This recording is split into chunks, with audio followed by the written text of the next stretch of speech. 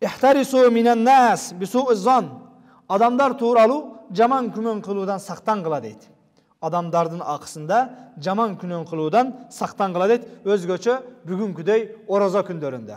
Peygamber sallallahu aleyhi ve sellem eki ayal süйлöşüp otkan eken janına vardı dağı. Ertemenen adal nerse menen ooz japkan ekesiңер. Sağırlık jegen ekesiңер. Birok aram menen oozуңарды açıp aldыңар. Tükürgülö dedile. Janagı eki ayal tükürdü ele oozundan kan çıktı. Peygamber sallallahu aleyhi ve sellem Ramazan ayında gıybatına tutup tursaңар bolot ele. Biröөлөрдү söz kılgan toktatsaңар bolot ele. Özüңүz сыяктуу başka bir musulman bir tuğanın tuğralı jaman kümen kılууdan saktan. Erte menen adal nerse menen ooz japkan ekesin, birok azır ooz açarga жетпестен.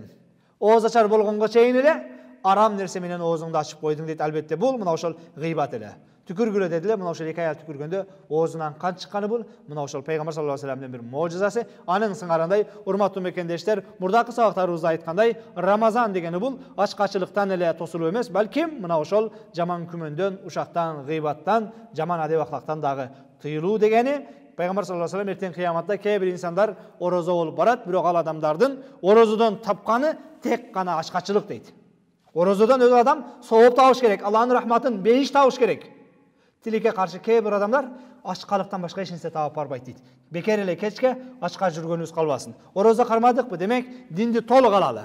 Диндин кээ bir бөлүгүн алып, экинчи бөлүгүн, экинчи тыюуларды калтырып коюп, каалаганыбыздай калчап, каалаганыбыздай гыйбат менен, ушак менен күн ömür өткөрбөсөм, урматтуу мусулман бир туугандар, мына ошол гыйбаттан жана өзүбүз сыяктуу башка мусулман бир туугандардан жаман күмөн кылуудан сактанууну Аллах Таала баарыңыздарга насип кылсын. Анткени башка бирөө тууралуу жаман күмөн кылуу орозобуздун кадыр баркын, балким орозобуздун соогун дагы кетирип коюуга пайгамбар баса белгилеп айткандай, балким оозубуздун ачылып калуусуна дагы бир себеп боло турганчалык деңгээлдеги чоң күнөөлөрдөн, ошондуктан мына ошол гыйбаттан, ушактан алыс бололу.